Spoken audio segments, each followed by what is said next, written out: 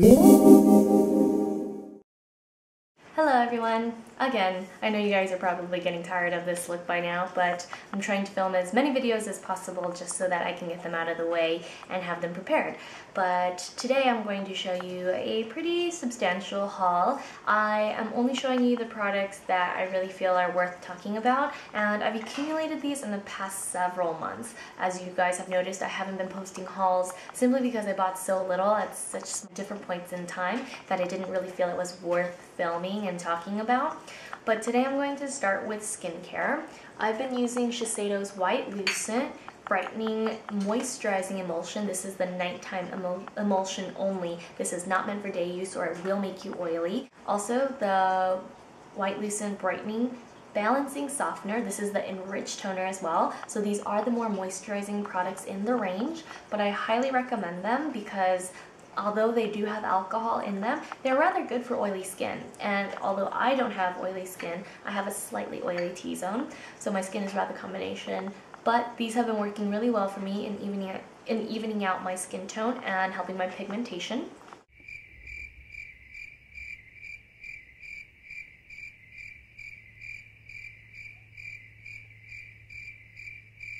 So these are quite expensive. I didn't really want to spend that much on these products, but I was already at the register, so I kind of had to buy them.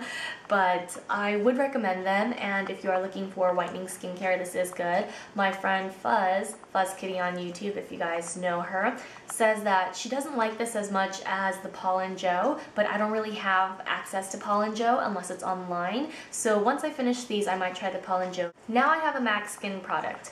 Now, most of you know that my most recent breakout is because of MAC Pro Longwear and MAC Mineralized Skin Finish Natural.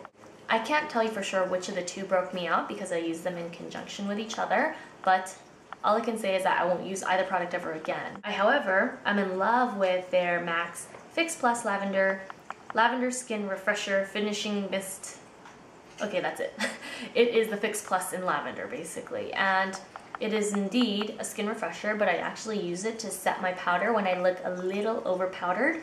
So it really soaks into the skin and it smells delicious like lavender. And for those of you who don't know, I'm obsessed with lavender scents because I love the Guerlain Meteorites. So if you have seen the Meteorites fragrance anywhere, please let me know because I really want to purchase it. But I don't like the regular scent of the Fix Plus, the standard Fix Plus that you can buy all year.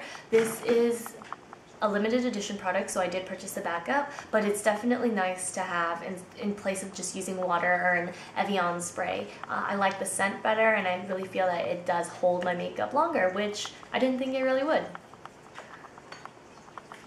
I have some more MAC products. I have these paint pots from the Champagne collection. This is Chilled on Ice. And it's a super lovely color, which is not showing up on camera because it's being washed out. But I'll try to swatch it.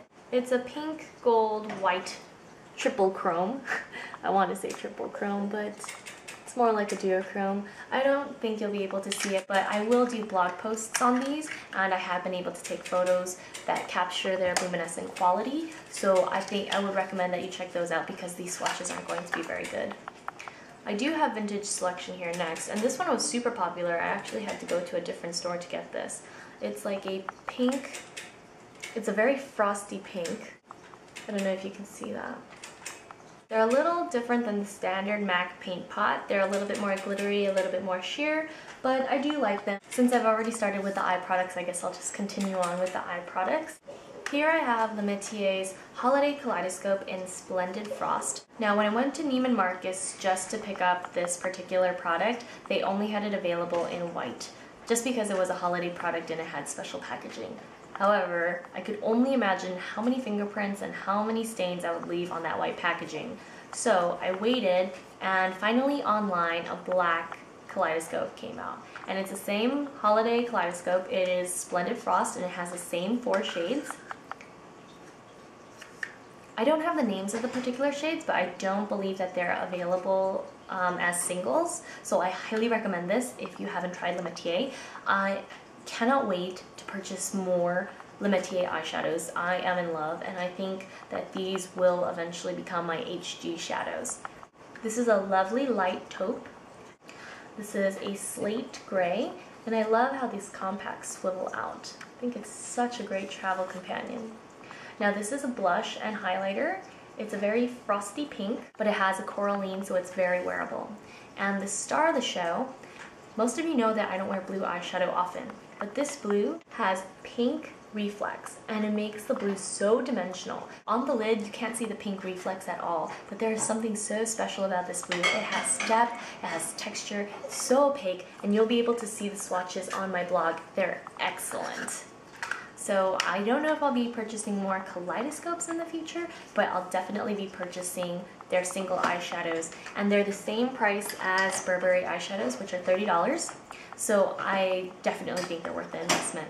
Now this particular Burberry eyeshadow I had purchased before. It's one of the first that I ever purchased, and unfortunately I lost it when I went to Philadelphia a couple months back, so I had to repurchase it.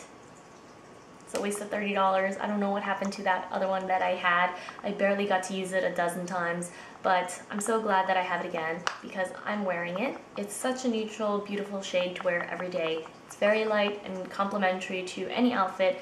Great neutral, must have in my opinion.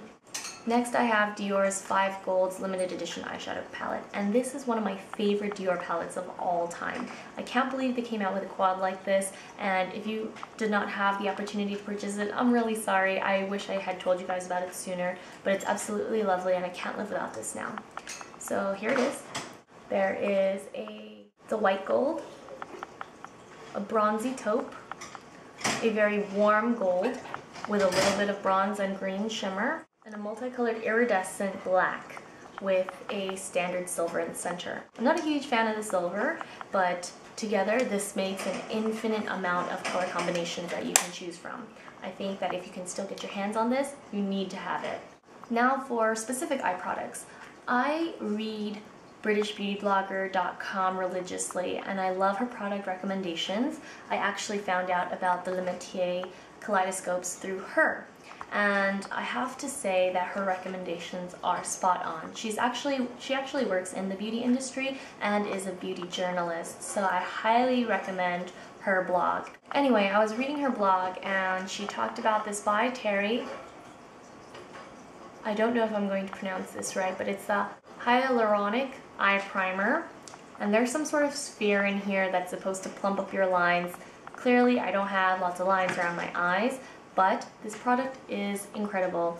It is an excellent eye primer, an eye primer in the sense that it actually primes my lid as a skincare treatment as well as hold my eyeshadow for longer. So even though this is quite expensive at $50, it is my new holy grail eye product. Bye bye MAC Paint Pot in Soft Ochre. And for those of you curious, I use this in Neutral 02. And you can purchase this product online from Barney's or Space NK. And Space NK is a boutique inside Bloomingdale's. So call your local Bloomingdale's, see if they have it. Call your local Barney's, they might have it too. I also have tried very recently the Makeup Forever Professional Smoky Lash in Extra Black. And I have to say that this product failed to impress me. I know that a lot of you love it, and it gets great reviews. The Pixie Lou sisters use it all the time, and it makes their lashes look amazing. However, it just does not work for me. It's supposed to volumize, lengthen, and curl. It just fails to meet my expectations because nothing can really beat my Lancome Hypnose. Even my Hypnose Original beats this, and my favorite is the Hypnose Waterproof. I'm just going to show you the brush. It has a rather nice brush. It's stiff. I like that a lot. However, the mascara formula itself doesn't really work for me. It tends to clump, and I don't feel that it holds my lash curl all day. So even though this works for a lot of other people, it just doesn't work for me. Now for face products.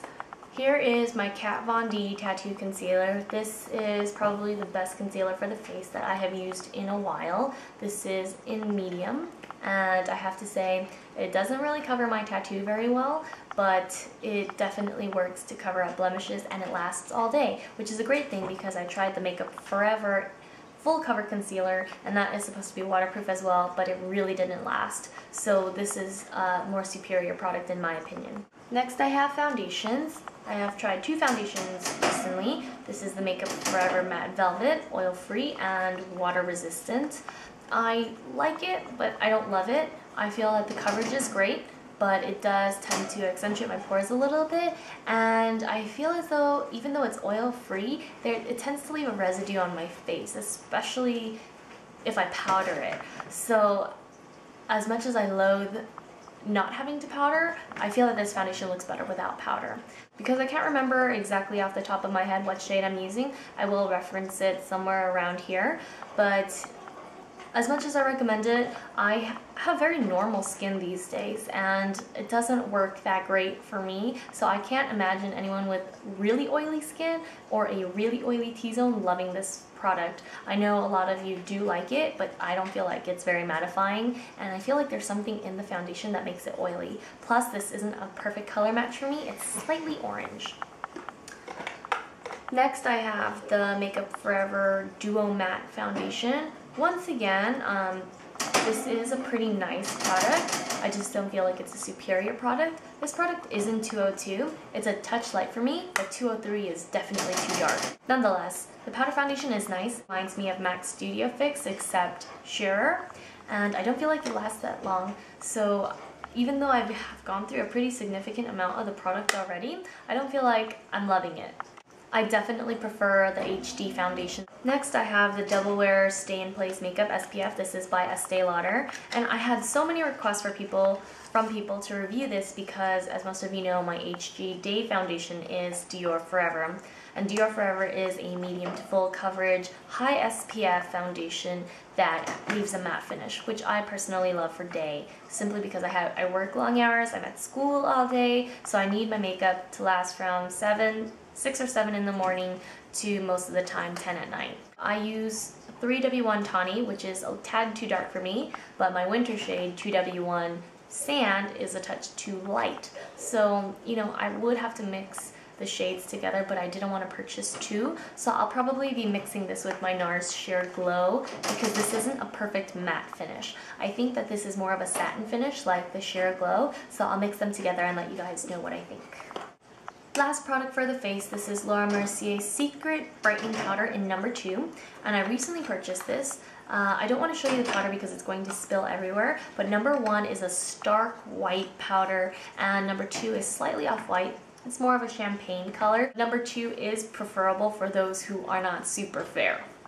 This is great on top of my Clé de Peau concealer, which I have right here. I've been using this quite a lot, and I use the shade Ivory. It's a great concealer, and I've talked about it on Twitter before several times. I finally purchased my own, and I'm absolutely in love. If I wore concealer every day, this is the only one that I would ever have to purchase. And it lasts ages, so even though it's incredibly expensive, it will last me probably years. So I use my Laura Mercier Secret Brightening Powder in number 2 to set that particular concealer and any other concealer that I wear. Underneath the eyes, of course. Now for color products. I'm going to show you Guerlain's summer collection, spring collection, because it's so beautiful. Here is the blusher, and once again, I will be reviewing all of these products on my blog, so make sure you go ahead and follow that. I will post a link in the description box, and it is a beautiful compact. It's a black lacquered compact. Really lovely. I wish it was slightly more weighty than this, but it's fine. And the product that I'm currently wearing on my lips is the Guerlain Rouge G, and this is in Rose Desire. It's a really lovely color. Once again, all the swatches will be posted on my blog. I have really lovely swatch photos, so unfortunately they're not going to be in this particular video, but everything is going to be referenced on my blog. This is my first really large lipstick, and this is one of my most expensive lipsticks, but I love the black packaging. It's super sleek.